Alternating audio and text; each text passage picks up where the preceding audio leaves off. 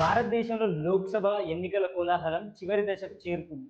నేటి సాయంత్రం అంటే జూన్ 1 సాయంత్రానికి ఎన్నికల ఘట్టం ముగియదు. వీటి ఫలితాలు జూన్ 4న విడుదల కానున్నప్పటికీ ఈరోజు సాయంత్రం ఎగ్జిట్ పోల్స్ వెలువడనున్నాయి. అసలు ఈ ఎగ్జిట్ పోల్స్ అంటే ఏంటి? ప్రీ పోల్స్‌కి, ఎగ్జిట్ పోల్స్‌కి మధ్య తేడా ఏంటో ఈ వీడియోలో మనం తెలుసుకుందాం. ప్రీ పోల్ సర్వే అనేది పోలింగ్‌కు ముందు నిర్దిష్ట సమయం లేకుండా అంటే వారం, నెల లేదా 6 నెలల ముందు చేసేది ప్రీ పోల్ సర్వే. ఈ సర్వేలు ఓటర్ యొక్క అభిప్రాయాల సేకరణకు పొలిటికల్ స్ట్రాటజీ కంపెనీలు మరియు మీడియా కంపెనీలు నిర్వహిస్తూ ఉంటాయి. అదేవిధంగా పోటీ చేసే వ్యక్తులు ప్రజల్లో స్పందన ఎలా ఉందో తెలుసుకోవడానికి ఈ ప్రీ పోల్ సర్వేలు నిర్వహిస్తూ ఉంటారు. పోటీదారులు ఎన్నికల్లో అమలు చేసేటువంటి ప్రణాళికను రూపొందించుకోవడానికి ఎక్కువగా ఉపయోగపడుతుంటాయి.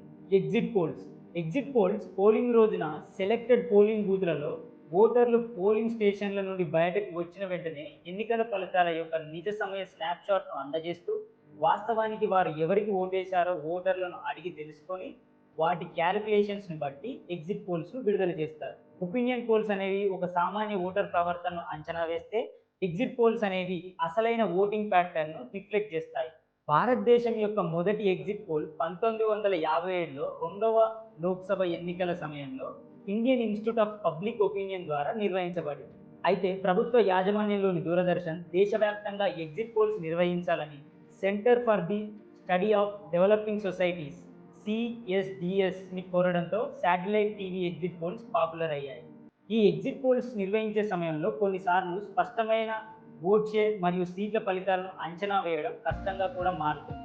మునుపటి ఎన్నికల ఫలితాల ఆధారంగా స్వింగ్ మోడల్ తప్పనిసరిగా ఉపయోగిస్తూ కులం, మతం, ఆర్థిక అంశాలు మరియు రాజకీయ పొత్తుల వంటి అంశాలు ఎన్నికల డైనమిక్స్ను అంచనా వేయడంలో క్లిష్టాంతరంగా మారుతూ ఉంటాయి.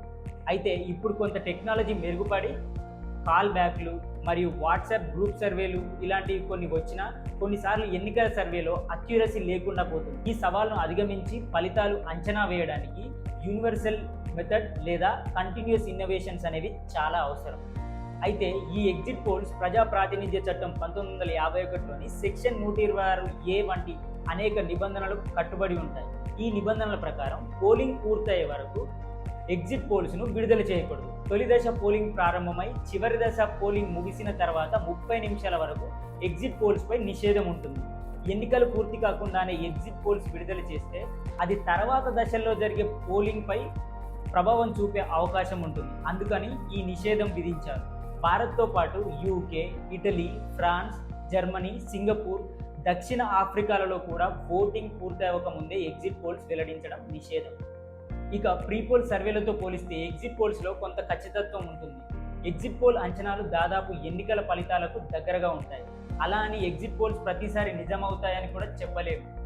2023 ఛత్తీస్గఢ్ అసెంబ్లీ ఎన్నికల్లో కాంగ్రెస్ స్పష్టమైన మెజారిటీతో గెలుస్తుందని ఎగ్జిట్ పోల్స్ వచ్చాయి. కానీ అందుకు పూర్తి భిన్నంగా భారతీయ జనతా పార్టీ విజయ డంకాను మోగించింది.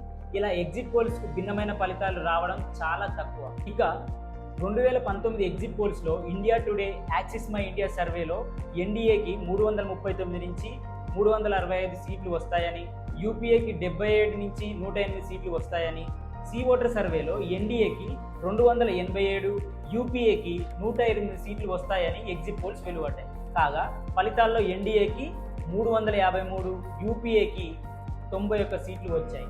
అయితే ఈ ఎన్నికల్లో ఎగ్జిట్ పోల్స్ తెలుసుకోవాలంటే ఈ రోజు సాయంత్రం వరకు ఆగాల్సిందే. ఈ ఎన్నికల్లో మీరు ఏ పార్టీ కేంద్రంలో ప్రభుత్వాన్ని ఫామ్ చేస్తుంది అనుకుంటున్నారో కింద కామెంట్ చేయండి. ఈ వీడియోని మీ ఫ్రెండ్స్కి షేర్ చేయండి.